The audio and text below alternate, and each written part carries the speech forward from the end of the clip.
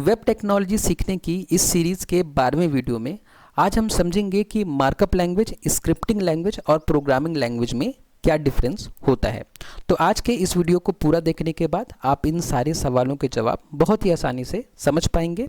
तो आज के इस वीडियो को पूरा देखने के बाद आप समझ जाएंगे कि मार्कअप लैंग्वेज का मुख्य उद्देश्य क्या है, प्रोग्रामिंग लैंग्वेज की विशेषता क्या है, पाइथन किस प्रकार की भाषा है, जावास्क्रिप्ट का उपयोग किस लिए होता है और कौन सी भाषा लॉजिक इम्प्लीमेंट करने के लिए उपयोगी है। देखिए, हो सकता है कि अभी आप जब ये सारे क्वेश्चंस सुन रहे हो तो ये क्वेश्चंस आपको ज़्यादा समझ में नहीं आ रहे हों, लेकिन जब आप एक बार इस वीडियो को पूरा देख लेंगे और इस वीडियो को पूरा देखने के बाद वीडियो के लास्ट में एक छोटा सा क्विज होगा जिसमें मैं आपसे यही सारे क्वेश्चंस पूछूंगा, और जब आप वीडियो को पूरा देख लेंगे तो आपको ये सारे क्वेश्चंस समझ में भी आएंगे और आप इन सारे सवालों का जवाब मुझे खुद बताएंगे। तो चलिए आगे बढ़ते हैं वीडियो में। और मैं आपको बता दूं कि आप इस टॉपिक के, जो आज का हमारा टॉपिक है, इस टॉपिक के कंप्लीट नोट्स को डाउनलोड कर सकते हैं। नीचे डिस्क्रिप्शन बॉक्स में लिंक दिया हुआ है, उस लिंक का उपयोग करके और इन सारे सवालों के जवाब आप खुद भी समझ सकते हैं उस नोट्स को पढ़ के। तो चलिए वीडियो में आगे बढ़ते हैं और सबसे पहले समझते हैं कि मार्कअप लैंग्वेज क्या होती है। डेटा की संरचना और प्रस्तुति तय करती है मार्कअप लैंग्वेज। तो मार्कअप लैंग्वेज क्या है? मार्कअप लैंग्वेज एक लैंग्वेज है जो कि डेटा का स्ट्रक्चर और प्रेजेंटेशन तय करता है कि डेटा का स्ट्रक्चर कैसा होगा। अब जैसे कि यहाँ पे एक आप छोटा सा HTML कोड देख रहे हैं, इस कोड में हेलो वर्ल्ड प्रिंट हुआ है और हेलो वर्ल्ड प्रिंट हुआ है पैराग्राफ के फॉर्म में। ठीक है, मतलब हम हेलो वर्ल्ड को पैराग्राफ के फॉर्म में दिखाना चाह रहे हैं अपने वेब पेज में, अपने वेबसाइट में हम हेलो वर्ल्ड को पैराग्राफ के फॉर्म में दिखाना चाह रहे हैं। तो यहाँ पे हमने क्या किया, अपने डेटा का स्ट्रक्चर और प्रेजेंटेशन तय किया। ठीक है, कि हमारा ये जो HTML पेज होगा, इस पेज में डेटा कहाँ पे दिखेगा और किस तरीके से दिखेगा, ये हमने तय किया। कंटेंट को कैसा दिखाया जाए यह तय करती है लॉजिक नहीं। मतलब मार्कअप लैंग्वेज से हम लॉजिक की एक्सपेक्टेशन ना करें, उसमें कोई लॉजिक हम नहीं रन कर सकते या कोई लॉजिक की उम्मीद हम नहीं कर सकते मार्कअप लैंग्वेज से कि आपके वेब पेज में कोई लॉजिक ऐड कर सकते हैं। नहीं, हम मार्कअप लैंग्वेज का उपयोग करके कंटेंट को कैसे दिखाया जाए यह तय करते हैं। अगर मैं इस बात को आपको एक डायग्राम से समझाना चाहूँ तो आप यहाँ पे देख पा रहे होंगे कि HTML, CSS और जावास्क्रिप्ट का क्या रोल होता है वेब डिज़ाइनिंग में। तो जैसे HTML है, और अगर इसको हम एक कार के एग्जांपल से समझें तो जब कार बनती है, कोई भी व्हीकल बनती है, कार बनती है, तो HTML मतलब क्या है कि उसके सारे पार्ट्स को हमने क्या कर दिया, एक स्ट्रक्चर दे दिया, एक ढांचा बना दिया है। ठीक है, उसको हम कहेंगे HTML। तो जब हम वेब पेज बनाते हैं, जैसे कि आप ये वेब पेज देख रहे हैं, ये वेब पेज में कुछ नहीं है, कोई भी इसमें कलर नहीं है, बस हमने एक स्ट्रक्चर बना दिया है कि हमें सबसे पहले ये प्रिंट करना है, उसके बाद में ये कंटेंट होना चाहिए, उसके बाद में एंटर योर नेम होना चाहिए, उसके बाद एक टेक्स्ट बॉक्स होना चाहिए, उसके बाद में 2 बटन होने चाहिए। हमने एक स्ट्रक्चर बना दिया है। अब इस स्ट्रक्चर के ऊपर हमें क्या करना है, पेंटिंग वगैरह करना है। जैसे कि जब कार बनती है तो स्ट्रक्चर पहले तय कर दिया जाता है कि ये स्ट्रक्चर है। अब उस स्ट्रक्चर के ऊपर डेंटिंग पेंटिंग की जाती है, तो वो CSS की मदद से की जाती है। तो जैसे हमारी ये वेबसाइट का स्ट्रक्चर बन गया है, अब हम क्या कर सकते हैं, इसमें पेंट वगैरह कर सकते हैं, इसमें कलर वगैरह लगा सकते हैं, और वो करने के लिए हमें क्या करना पड़ेगा, उसके लिए हमें CSS का उपयोग करना होगा। लेकिन जो कोई भी गाड़ी होती है वो इतने में कंप्लीट नहीं होती है। आपने स्ट्रक्चर बनाया, उसमें कलर कर दिया, तो इतना सफिशिएंट नहीं है। हमें उस व्हीकल में या उस कार में मूवमेंट भी चाहिए। ठीक है, मूवमेंट के लिए हमें इंजन लगाना पड़ेगा, तो वो इंजन होता है हमारा जावास्क्रिप्ट। तो जैसे हमारे पास ये वेबसाइट है, इस वेबसाइट का हमने स्ट्रक्चर और प्रेजेंटेशन तय कर दिया। अब मुझे इस वेबसाइट में क्या करना है, कलर्स लगाने हैं। तो कलर्स लगाने के लिए मैं क्या करूँगा, जो भी मेरा HTML का कोड है, ये मेरा HTML का कोड है, इस HTML कोड की वजह से ये पेज जो है दिख रहा है आपको। ठीक है, इस HTML के कोड में हमने सब कुछ बताया है। जैसे देखिए, सबसे पहले क्या लिखा है हमने, welcome to my basic website. इसको हमने H1 टैग के अंदर रखा है, मतलब इसको हम एज अ हेडिंग डिस्प्ले करना चाहते हैं। उसके बाद में दिस इज़ अ पैराग्राफ है। ठीक है, जैसे कि मैं साथ में अगर इसको ओपन कर लूँ, दिस इज़ अ पैराग्राफ है, तो इसको हम पैराग्राफ के फॉर्म में दिखाना चाह रहे हैं, इसलिए हमने इसको किस टैग के अंदर रखा है, पी टैग के अंदर रखा है, ठीक है। उसके बाद है एंटर योर नेम। तो एंटर योर नेम को हम किस तरीके से दिखाना चाह रहे हैं, एंटर योर नेम को हम लेबल की तरह दिखाना चाह रहे हैं। लेबल किसका लेबल, टेक्स्ट बॉक्स का लेबल, ठीक है। हमने टेक्स्ट बॉक्स के ऊपर या टेक्स्ट बॉक्स के साथ में एक लेबल लगा दिया है कि ये टेक्स्ट बॉक्स किस लिए है, ठीक है। और देखिए टेक्स्ट बॉक्स हमने यहाँ पे बनाया है, ये यहाँ पे हमने टेक्स्ट बॉक्स बनाया है। तो ये टेक्स्ट बॉक्स किस लिए है, आपका नाम लिखने के लिए है, ठीक है। उसके बाद में हमने बटन बना दी है, ये देखिए बटन के लिए ये टैग लगा है, बटन नाम का टैग होता है, तो बटन नाम के टैग से ये बटन आ गई है। और उसके बाद में एक और बटन है क्लिक मी नाम का, तो क्लिक मी बटन हमने यहाँ पे ये बनाया हुआ है, ठीक है। तो यहाँ पे हमने क्या कर दिया, स्ट्रक्चर तय कर दिया है, स्ट्रक्चर। अब इसमें अभी CSS और जावास्क्रिप्ट नहीं है, मतलब ये एक ऐसी कार है जिसका स्ट्रक्चर बन गया है। तो स्ट्रक्चर बन गया है, अब हम क्या करेंगे, इसमें कुछ पेंटिंग करेंगे, कुछ कलर करेंगे। तो पेंटिंग और कलर करने के लिए हमें क्या करना पड़ेगा, CSS का उपयोग करना पड़ेगा। और CSS का उपयोग हम कैसे कर सकते हैं, CSS के लिए देखिए ये कोड होता है, ये कोड लिखा है, पहले से लिख लिए है ताकि समय बच जाए। तो ये कोड है कि हम बॉडी पे क्या फॉन्ट फैमिली यूज़ करना चाहते हैं, क्या बैकग्राउंड कलर, टेक्स्ट अलाइनमेंट, ये सारी चीज़ें कि हम जो हमारा मौजूदा टेक्स्ट है उसको हम किस तरीके से उसमें कलर और अलाइनमेंट उसका करना चाहते हैं। तो ये सारी चीज़ें हमने लिख दी है, ठीक है। तो अब इस CSS को अगर मुझे ऐड करना है तो ऐड करने के लिए ये लाइन है।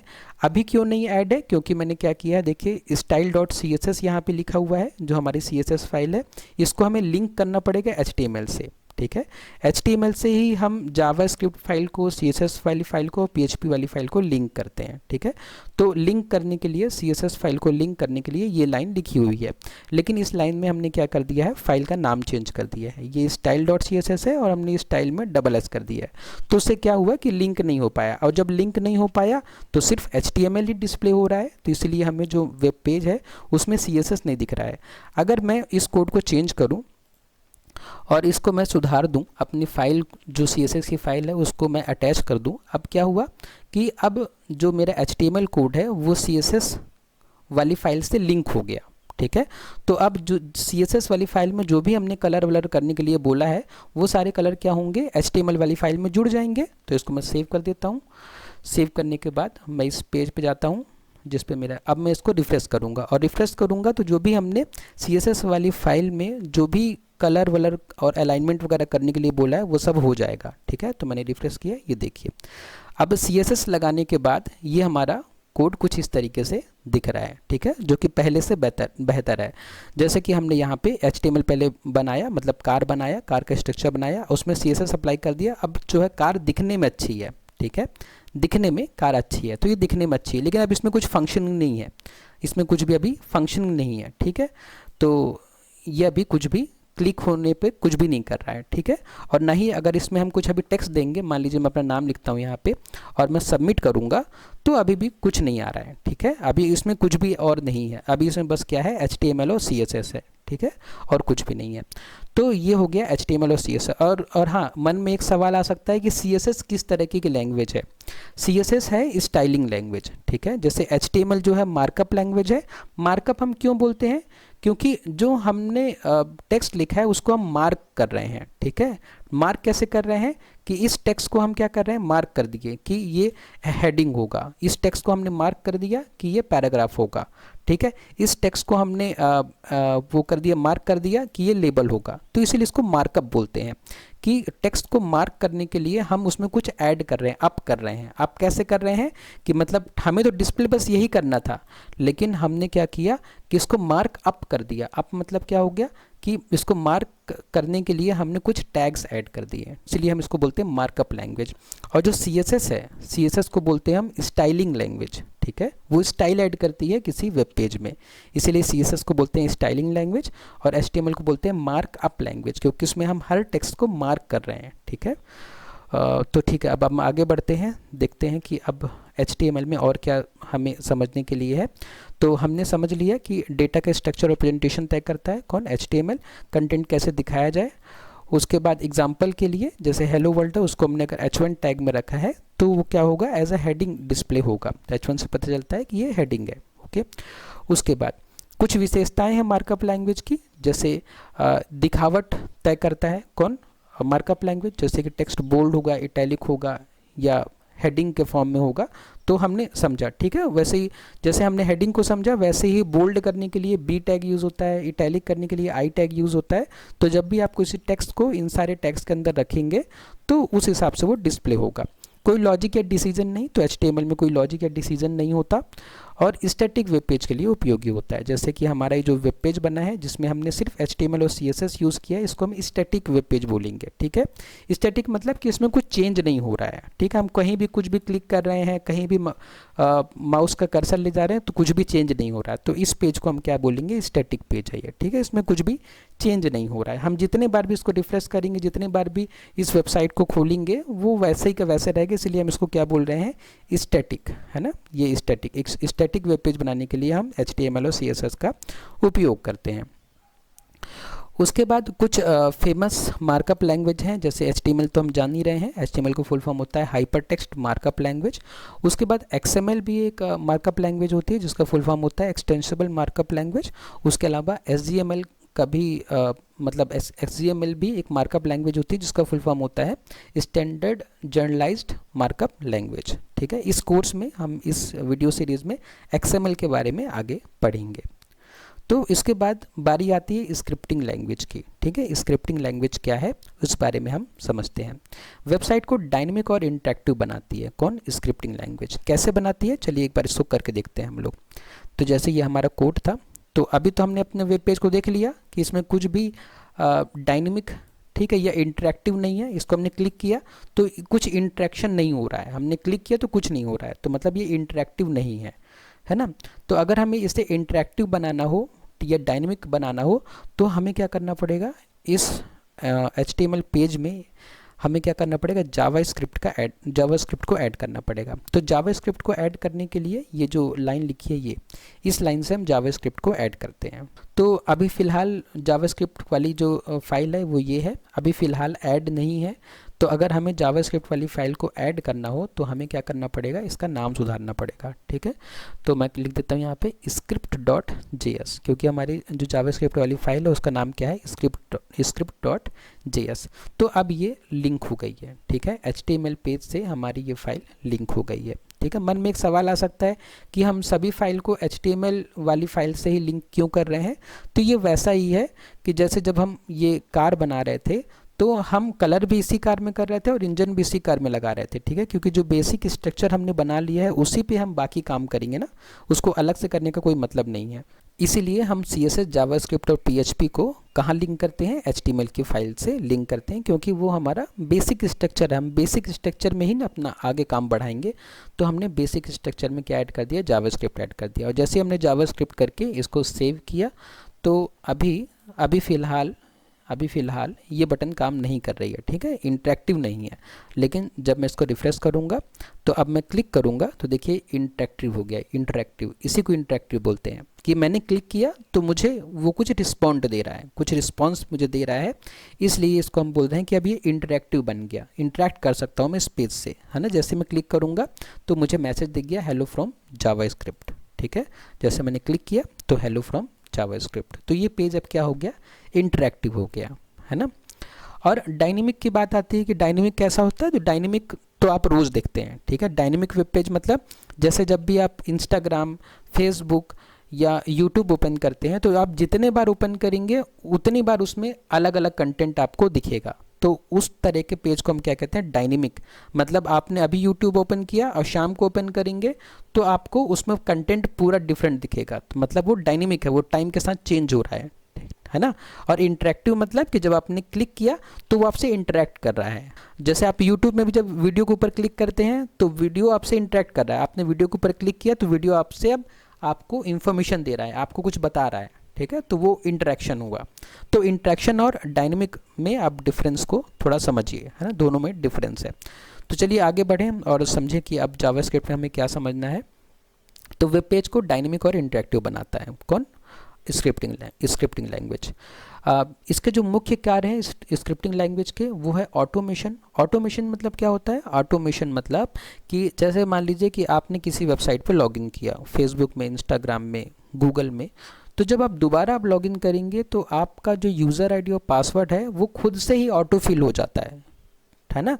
तो इसको हम कहते हैं ऑटोमेशन। ऑटोमेशन मतलब ह्यूमंस का काम घटाने के लिए मशीनें कुछ चीज़ें अपने आप कर देती हैं जो कि ऑब्वियस है, तो इसको हम कहते हैं ऑटोमेशन। ऑटोमेशन मतलब अपने आप चीज़ें हो जाएं, है ना। तो वो करने में हेल्प करता है हमारा जावास्क्रिप्ट। वेब इंटरेक्शन, हमने देखा कि हमने बटन पर क्लिक किया, हमें मैसेज आ गया, तो इंटरेक्शन हम कर सकते हैं। और डेटा की प्रोसेसिंग भी हम कर सकते हैं, किसका उपयोग करके, जावास्क्रिप्ट का उपयोग करके। डेटा प्रोसेसिंग का मतलब है कि डेटा पर कोई ऑपरेशन करना, जैसे कि जोड़ना, गिनना या डेटा वैलिडेशन करना, ठीक है। डेटा वैलिडेशन बहुत इंपॉर्टेंट एप्लीकेशन है किसका, जावास्क्रिप्ट का। इसमें क्या होता है कि जैसे कि आपने एक आपके पास एक फॉर्म आया, है ना, आपके पास गूगल फॉर्म या कोई भी फॉर्म आया, या जो HTML वाला फॉर्म है, यही फॉर्म आया। तो अगर इस फॉर्म में, है ना, इस फॉर्म में हम बिना कुछ लिखे, यहाँ पे हमने टेक्स्ट बॉक्स में कुछ भी नहीं लिखा और हम सबमिट करें, तो यहाँ पे मैसेज क्या आ रहा है कि please fill in this field, है ना, इस फील्ड में आप कुछ लिखिए। तो ये जावास्क्रिप्ट की वजह से होता है ना। जावास्क्रिप्ट जो है हमें मैसेज देता है, जावास्क्रिप्ट क्या करता है, वैलिडेशन करता है।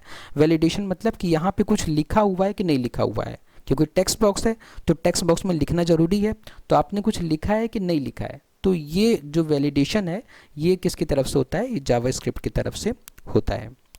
इसके बाद जो हमें अगली बात अब समझनी है, हमने क्या समझ लिया, हमने समझ लिया कि जो स्क्रिप्टिंग लैंग्वेज होती है वह वेबसाइट को डायनेमिक और इंटरेक्टिव बनाती है, हमने देख लिया। हमने ऑटोमेशन समझ लिया, वेब इंटरेक्शन समझ लिया और डेटा प्रोसेसिंग को भी हमने समझ लिया, ठीक है, कि हमारा डेटा वैलिडेशन जो है डेटा प्रोसेसिंग का एग्जांपल है। उसके बाद में क्या है कि स्क्रिप्टिंग लैंग्वेज का उपयोग करके हम अलर्ट मैसेज भी भेज सकते हैं या अलर्ट मैसेज भी दिखा सकते हैं यूज़र को। अब ये अलर्ट मैसेज किस तरीके का होता है, इस बात को देखने के लिए हमें जावास्क्रिप्ट के कोड पर जाना पड़ेगा, ठीक है। जो मुझे टाइप करना है मैं उसको कॉपी कर लेता हूँ, जिससे समय की थोड़ा बचत हो जाए। तो हमें अगर अलर्ट मैसेज दिखाना है, ठीक है, मैं आपको दिखा देता हूँ कि अलर्ट मैसेज किस तरीके का होता है। तो अगर हमें जावास्क्रिप्ट का यूज़ करके अलर्ट मैसेज दिखाना है तो हमें क्या करना पड़ेगा, जावास्क्रिप्ट वाली फाइल में जानी पड़ेगी। और देखिए यहाँ पे हो क्या रहा है, HTML वाले कोड में जैसे ही हम बटन को क्लिक कर रहे हैं, ये देखिए क्लिक मी बटन को जैसे हम क्लिक कर रहे हैं तो हमारा एक इवेंट जो कि ऑन क्लिक है वो ट्रिगर हो रहा है और शो मैसेज नाम का फंक्शन कॉल हो रहा है। तो इस शो मैसेज नाम के फंक्शन के अंदर हम क्या करते हैं, इस शो मैसेज नाम के फंक्शन के अंदर हमारा ये मैसेज प्रिंट होके आ रहा है जो कि हमने अभी देखा है, ठीक है, हेलो फ्रॉम जावास्क्रिप्ट, जो कि बटन क्लिक करने पे आ रहा था। अब हम क्या करते हैं कि इस मैसेज के प्रिंट होने से पहले हमें एक अलर्ट मैसेज भी आए, अलर्ट में लिखा रहे वेलकम, ठीक है। हम करते हैं कि जब भी हम बटन पर क्लिक करें तो पहले अलर्ट वेलकम आए, मतलब वेलकम मैसेज आए अलर्ट वाले बॉक्स में, और उसके बाद में ये हेलो फ्रॉम जावास्क्रिप्ट आए, ठीक है। तो इसको मैं क्या करता हूँ, सेव करता हूँ और index.html भी सेव कर देता हूँ और एक बार चलता हूँ अपने ब्राउज़र में और रिफ़्रेश करता हूँ। इसको मैं रिफ़्रेश किया मैंने, अब मैंने क्लिक किया तो फ़िलहाल तो नहीं आया, ठीक है। तो अगर ऐसा कभी हो कि हमारा कोई काम नहीं हो रहा हो तो हो सकता है कि क्या होता है कि जो ब्राउज़र होता है वो अपनी कुकीज़ में पहले से ही इन्फॉर्मेशन सेव कर लेता है, क्योंकि हमने काफ़ी बार बटन में क्लिक कर दिया ना, तो हमारे जो वेब ब्राउज़र है क्रोम है उसको लग रहा है कि जब भी क्लिक मी होगा तो हमें यही दिखाना है, ठीक है। तो इससे घबराने की ज़रूरत नहीं है। हम एक काम करते हैं कि दूसरे ब्राउज़र में ओपन करते हैं, जैसे मैं इसमें ओपन करता हूँ माइक्रोसॉफ्ट एक्सप्लोरर में, मैं लिखता हूँ यहाँ पे लोकल होस्ट बेसिक वेबसाइट, ठीक है, ये हमारी बेसिक वेबसाइट है, वही वेबसाइट है, मैंने अब दूसरे ब्राउज़र में ओपन किया है। अब देखिए इसको मैं क्लिक करता हूँ, जैसे मैंने क्लिक किया तो देखिए ये अलर्ट मैसेज हमें आया, ठीक है, और उसमें क्या लिखा है, वेलकम। वेलकम क्यों लिखा है, क्योंकि हमने अलर्ट बॉक्स के अंदर वेलकम ही लिखने के लिए बोला है, देखिए यहाँ पे, है ना। तो ये वेलकम लिख के आया है और जैसे ही हम इसको ओके कर देंगे उसके बाद में वो मैसेज लिख के आएगा वेलकम टू जावास्क्रिप्ट वाला। तो मैंने ओके किया तो हेलो फ्रॉम जावास्क्रिप्ट ये मैसेज आ गया, ठीक है। तो इस तरीके से हम क्या कर सकते हैं, जावास्क्रिप्ट में हम अलर्ट वाला मैसेज भी, अलर्ट बॉक्स भी हम लगा सकते हैं, ठीक है। तो ये हो गया जावास्क्रिप्ट क्या होता है। उसके बाद में जावास्क्रिप्ट की कुछ मुख्य विशेषताएं हैं, उनको समझ लेते हैं हम कि क्लिक हावर जैसे इवेंट्स हैंडल करती है। कौन? जावास्क्रिप्ट। क्लिक तो हमने किया, जब हम माउस से क्लिक करते हैं उसको क्लिक करना बोलते हैं। हवर मतलब होता है कि किसी टेक्स्ट के ऊपर आप अपना ये जो कर्सर है इसको लेके जाओ, इसको हवर करना बोलते हैं। ठीक है, आगे हम अभी इस वीडियो सीरीज में देखेंगे हवर करना और क्लिक करने के बहुत सारे इवेंट्स देखेंगे। ठीक है, फिलहाल आप ये समझ लीजिए कि जैसे मैंने हवर किया तो उससे क्या हो कि हवर करने के इवेंट से कोई टेक्स्ट चेंज हो सके। ठीक है, उसको हम बाद में करके देखेंगे। उसके बाद में मुख्य विशेषताओं में वेब डेवलपमेंट, ऑटोमेशन और एनालिसिस में उपयोगी होता है। कौन? जावास्क्रिप्ट। तो वेब डेवलपमेंट तो हमने देख लिया, हमने एक वेब पेज बनाया और उसको इंटरेक्टिव बना दिया। ऑटोमेशन हमने समझ लिया कि अगर कोई फॉर्म में कुछ फील्ड ऑटो फिल हो जाती है तो वो एक एग्जांपल है ऑटोमेशन का। ऑटोमेशन मतलब कुछ चीज़ें जो अपने आप से हो सकें वो हो जाएं अपने आप से। उसके बाद में जो जावास्क्रिप्ट होता है वो एनालिसिस में भी काम आता है। एनालिसिस मतलब होता है कि जावास्क्रिप्ट के उपयोग से हम डेटा को ग्राफ एवं चार्ट के फॉर्म में विजुलाइज एवं एनालाइज कर सकते हैं, है ना। तो जावास्क्रिप्ट का यूज़ करके हमारे पास मान लीजिए बहुत सारा डेटा है तो हम क्या कर सकते हैं, डेटा को ग्राफ और चार्ट के फॉर्म में डिस्प्ले करके डेटा को थोड़ा बारीकी से समझ सकते हैं, उसका विश्लेषण कर सकते हैं बेसिकली। उसके बाद में इंटरप्रेटेड होती है, कंपाइल की ज़रूरत नहीं होती है। ठीक है, ये बहुत बड़ा एडवांटेज है स्क्रिप्टिंग लैंग्वेज में। इसको समझने के लिए आप ये समझिए कि देखिए स्क्रिप्टिंग लैंग्वेज को हम स्क्रिप्टिंग लैंग्वेज क्यों करें। स्क्रिप्ट का मतलब क्या है? स्क्रिप्ट का मतलब हम सब जानते हैं लेकिन हमने कभी ध्यान नहीं दिया। जैसे कि आप देखते हैं कि जैसे कि कोई आपको रोल करना है, कोई एक्टिंग करना है, जैसे मूवीज़ होती हैं तो मूवीज़ में जो एक्टर्स होते हैं उनको स्क्रिप्ट दी जाती है ना। तो स्क्रिप्ट दी जाती है तो उनको बोला जाता है कि इस स्क्रिप्ट में जो आपको लिखा है यही यही आपको करते जाना है फटाफट, है ना। तो वैसे ही वही स्क्रिप्ट से हमारा स्क्रिप्टिंग लैंग्वेज बना है। देखिए दो तरह की लैंग्वेज होती है, कंपाइल वाली लैंग्वेज और स्क्रिप्ट वाली लैंग्वेज। ठीक है, स्क्रिप्टिंग लैंग्वेज और कंपाइलिंग लैंग्वेज। कंपाइलिंग लैंग्वेज जैसे कि सी हो गया, C++ हो गया, ये सब कंपाइल वाली लैंग्वेज है। कंपाइल वाली लैंग्वेज मतलब कि इनको रन करने से पहले, जैसे सी प्रोग्रामिंग हो गया, C++ हो गया, इनको रन करने से पहले हमें उन लैंग्वेज को पहले कन्वर्ट करना पड़ेगा मशीन लैंग्वेज में और उसके बाद हम रन कर पाएंगे। ठीक है, जैसे सी लैंग्वेज हो गया, अगर आपने C++ पढ़ी है तो आपको याद होगा कि जब भी हमें C या C++ का कोई प्रोग्राम रन करना होता था तो हमें उससे पहले कंपाइल करना पड़ता था। कंपाइल में क्या होता है, कंपाइल करने से पूरा का पूरा कोड जो होता है वो मशीन लैंग्वेज में कन्वर्ट हो जाता है। उसके बाद में उस मशीन लैंग्वेज में कन्वर्टेड कोड को हम रन करते हैं तो उसको हम बोलते हैं कंपाइल वाली लैंग्वेज, जो उसको रन करने से पहले कंपाइल करना पड़ता है। लेकिन जो जावास्क्रिप्ट होता है वो स्क्रिप्टिंग लैंग्वेज है, मतलब एक स्क्रिप्ट लिखी हुई है, उसको लाइन बाय लाइन बस एग्जीक्यूट करते जाएगा हमारा जो भी वेब ब्राउज़र होगा। ओके, तो इसलिए जो हमारी जो स्क्रिप्टिंग लैंग्वेज जो जावास्क्रिप्ट होता है वो इंटरप्रेटेड लैंग्वेज होती है। इंटरप्रेटेड मतलब कि हमें रन करने से पहले उसे कंपाइल करने की जरूरत नहीं है, लाइन बाय लाइन वो एग्जीक्यूट होते जाएगा खुद से ही। सीखना आसान है जावास्क्रिप्ट कंपैरेटिवली अभी, क्योंकि प्रोग्रामिंग लैंग्वेज जब हम पढ़ेंगे तो हम समझेंगे कि प्रोग्रामिंग लैंग्वेज सीखना ज़्यादा मुश्किल है, इसलिए उसके तुलना में स्क्रिप्टिंग लैंग्वेज सीखना आसान है। उसके बाद अब हम आगे बढ़ते हैं और कुछ प्रसिद्ध भाषाएं जो कि स्क्रिप्टिंग लैंग्वेज है उनके बारे में जानते हैं। जैसे जावास्क्रिप्ट तो हम पढ़ ही रहे हैं, उसके बाद पाइथन भी स्क्रिप्टिंग लैंग्वेज है, PHP भी स्क्रिप्टिंग लैंग्वेज है और शेल स्क्रिप्ट भी स्क्रिप्टिंग लैंग्वेज है। उसके बाद जो नेक्स्ट लैंग्वेज आती है वो प्रोग्रामिंग लैंग्वेज है। तो प्रोग्रामिंग लैंग्वेज क्या है? सॉफ्टवेयर एप्लीकेशंस और लॉजिक बेस्ड सिस्टम बनाने के लिए प्रोग्रामिंग लैंग्वेज का उपयोग होता है। तो अगर हमें सॉफ्टवेयर बनाना है, एप्लीकेशंस बनाने हैं मोबाइल के लिए, ठीक है, लॉजिक बेस्ड सिस्टम बनाना है। लॉजिक बेस्ड सिस्टम मतलब ऐसा होता है कि ऐसा सिस्टम जो खुद से भी सोच सके, जिसमें लॉजिक हो। जैसे कि हम होते हैं, हम ह्यूमंस, हम लॉजिक बेस्ड सिस्टम है। हमसे कोई कुछ अगर बोलेगा तो हम अपना लॉजिक यूज़ करेंगे जो भी हमारे पास है और उस लॉजिक का यूज़ करके हम उसको रिप्लाई करेंगे। ठीक है, तो वैसी प्रोग्रामिंग लैंग्वेजेस होती हैं, इसमें ये जो भी आउटपुट देंगे आपको वो लॉजिक बेस्ड होगा। आप इसमें बहुत सारे लॉजिक लिख सकते हैं और उन लॉजिक को लगाकर ये आपको आउटपुट देंगे। कॉम्प्लेक्स गणनाएं और निर्णय ले सकती है, क्योंकि बहुत सारा लॉजिक हम लिख सकते हैं, इसीलिए कॉम्प्लेक्स जो कैलकुलेशंस है वो कर सकती हैं प्रोग्रामिंग लैंग्वेज। एग्जांपल के लिए जैसे कि सी प्रोग्रामिंग में हम हेलो वर्ल्ड प्रिंट करने के लिए printf लिखते हैं, तो इसमें तो हालांकि कोई लॉजिक नहीं है इस पर्टिकुलर लाइन में, लेकिन हम प्रोग्रामिंग लैंग्वेज में बहुत सारी लॉजिक्स यूज़ कर सकते हैं। उसके बाद में जो मुख्य विशेषताएं होती हैं वो होता है प्रोग्रामिंग लैंग्वेज की कि लॉजिक लूप्स फंक्शन को सपोर्ट करती हैं। जो प्रोग्रामिंग लैंग्वेजेस होती हैं उसमें हम लॉजिक लिख सकते हैं, लूप्स लगा सकते हैं और फंक्शंस को भी सपोर्ट करती हैं प्रोग्रामिंग लैंग्वेज। एक प्रोग्रामिंग लैंग्वेज जो कि सी प्रोग्रामिंग लैंग्वेज है, उस पर मैंने कुछ वीडियोस बनाए हैं, अगर आप चाहें तो उन वीडियोस को देख कर समझ सकते हैं कि किस तरीके से प्रोग्रामिंग लैंग्वेज में हम लूप्स, फंक्शन और लॉजिक का उपयोग करते हैं। उस प्लेलिस्ट को देखने के लिए आप यहाँ पे आई बटन पर क्लिक करके उसको देख सकते हैं बाद में। ओके, उसके बाद मोबाइल ऐप्स, गेम्स और बैकएंड बनाने के लिए भी हम प्रोग्रामिंग लैंग्वेज का यूज़ करते हैं। जैसे कि जब वेब डेवलपमेंट हम करते हैं तो बैकएंड में हम PHP या पाइथन का उपयोग करते हैं कि वो बैकएंड में प्रोसेसिंग कर सके डेटा की। ठीक है, तो प्रोग्रामिंग लैंग्वेज बैकएंड में, वेब डेवलपमेंट में बैकएंड में काम आती है। ठीक है, मोबाइल ऐप बना सकते हैं, गेम बना सकते हैं प्रोग्रामिंग लैंग्वेज से। फ्लेक्सिबल होती हैं, पावरफुल होती हैं, सीखने में समय लगता है। ठीक है, बहुत समय लगता है प्रोग्रामिंग लैंग्वेज में एक्सपर्ट लेवल में आने में। उसके बाद प्रोग्रामिंग लैंग्वेज की कुछ प्रसिद्ध भाषाएं जैसे जावा हो गया, C++ हो गया, सी हो गया, पाइथन हो गया। पाइथन एक ऐसी भाषा है जो कि स्क्रिप्टिंग लैंग्वेज भी है और प्रोग्रामिंग लैंग्वेज भी है, मतलब इसमें हम लॉजिक भी लिख सकते हैं और स्क्रिप्ट वाले काम भी करती है पाइथन। ठीक है, तो वेब डेवलपमेंट के काम में भी आती है और प्रोसेसिंग के काम में भी आती है पाइथन।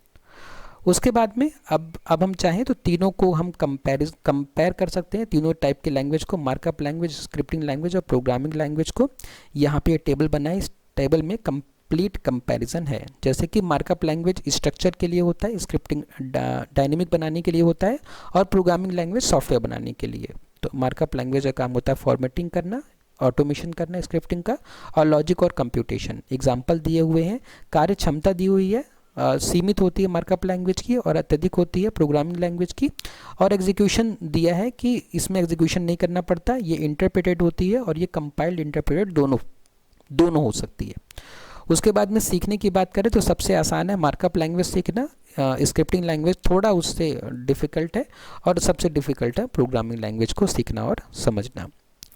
उसके बाद में उपयोग का चयन कैसे करें, कैसे पता चलेगा हमें कब कौन सी लैंग्वेज यूज़ करनी है। तो अगर आपको स्टैटिक वेब पेज बनाना है तो आप HTML CSS का उपयोग कर सकते हैं। इंटरेक्टिव पेज बनाना है तो आप उसमें जावास्क्रिप्ट ऐड कर सकते हैं। और आपको अगर एप्लीकेशन या सॉफ्टवेयर बनाने हैं तो आप जावा और C++ जैसी प्रोग्रामिंग लैंग्वेजेस का उपयोग कर सकते हैं। उसके बाद कुछ ओवरलैपिंग भाषाएं हैं। ओवरलैपिंग भाषाएं मतलब कुछ भाषाएं दोनों कैटेगरी में आती हैं। दोनों कैटेगरी कौन कौन सी, स्क्रिप्टिंग और प्रोग्रामिंग। जैसे जो पाइथन है वो स्क्रिप्टिंग भी है और प्रोग्रामिंग लैंग्वेज भी है। वैसे जावा स्क्रिप्ट भी है, स्क्रिप्टिंग भी है, प्रोग्रामिंग, मतलब जावा स्क्रिप्ट की मदद से हम प्रोग्रामिंग भी कर सकते हैं क्योंकि जावा स्क्रिप्ट में भी लूप फंक्शन वगैरह होते हैं। उसके बाद में आज की इस वीडियो को हम कंक्लूड कर सकते हैं। आज की इस वीडियो में हमने समझा कि तीनों भाषाएं अपनी जगह महत्वपूर्ण है। मार्कअप लैंग्वेज जो होता है वो फॉर्मेटिंग के लिए होता है, स्क्रिप्टिंग लैंग्वेज इंटरेक्शन बढ़ाने के लिए होता है और प्रोग्रामिंग लैंग्वेज लॉजिक और इंटेलिजेंस को जोड़ती है। उसके बाद में जब ये तीनों साथ काम करती हैं तब बनती है एक स्मार्ट फंक्शनल वेबसाइट या ऐप। तो हमें तीनों भाषाओं का जब हमें नॉलेज होगा तब हम एक स्मार्ट फंक्शनल और मतलब स्मार्ट फंक्शनल वेबसाइट या एक एप्लीकेशन बना पाएंगे। तो चलिए अब समय हो गया है छोटे से क्विज़ का। इस क्विज़ में वही सारे क्वेश्चंस हैं जो मैंने आपको वीडियो की शुरुआत में पूछे थे। उस टाइम आपको क्वेश्चन डिफ़िकल्ट लग रहे होंगे, लेकिन अब जब आप इन क्वेश्चंस को देखेंगे तो आप बहुत आसानी से सभी का जवाब बता पाएंगे। तो सबसे पहला क्वेश्चन कि मार्कअप लैंग्वेज का मुख्य उद्देश्य क्या है? डेटा प्रोसेसिंग, लॉजिक इम्प्लीमेंट करना, डेटा को संरचित और प्रस्तुत करना, संरचित मतलब स्ट्रक्चर और प्रेजेंटेशन, और हार्डवेयर को कंट्रोल करना। तो इस क्वेश्चन का जो सही आंसर है वो है option number C. Option number C मतलब डेटा को स्ट्रक्चर और प्रेजेंटेशन देना काम होता है किसका? मार्कअप लैंग्वेज का। उसके बाद में जो नेक्स्ट क्वेश्चन है वो है प्रोग्रामिंग लैंग्वेज की विशेषता क्या है? केवल टेक्स्ट डेटा को ही संभालना, निर्देशों के रूप में कार्य करना, केवल चित्रों से संबंधित कार्य करना, वेबसाइट की डिज़ाइन बनाना। तो जिसका जो सही आंसर है वो है निर्देशों के रूप में कार्य करना। मतलब प्रोग्रामिंग लैंग्वेज में क्या होता है कि हम निर्देश देते हैं, हमने इंस्ट्रक्शंस लिख दिए और हमारा जो मशीन है उसका काम है कि उन इंस्ट्रक्शंस के हिसाब से आगे काम करना। उसके बाद क्वेश्चन नंबर 3 है कि पाइथन किस प्रकार की भाषा है? मार्कअप भाषा है, केवल फ्रंट एंड भाषा है, केवल मशीन लैंग्वेज है या हाई लेवल इंटरप्रेटेड भाषा है? ठीक है, तो हमने समझा कि पाइथन जो है वो इंटरप्रेटेड भाषा है। ठीक है, उसको रन करने के लिए हमें कंपाइल नहीं करना पड़ता। इसलिए इस क्वेश्चन का जो सही आंसर है वो है option number D, high level. High level है, हाई लेवल मतलब कि एक ऐसी लैंग्वेज जो कि ह्यूमंस के समझने में आसान है, ह्यूमंस जिसे आसानी से समझ सके, इंसान जिसे आसानी से समझ सके, ऐसी भाषाओं को हम बोलते हैं हाई लेवल भाषा। क्योंकि जो मशीनें होती हैं वो लो लेवल लैंग्वेज समझती हैं, जिसको हम मशीन लैंग्वेज कहते हैं। ओके, तो इस क्वेश्चन का जो सही आंसर है वो है ऑप्शन नंबर डी।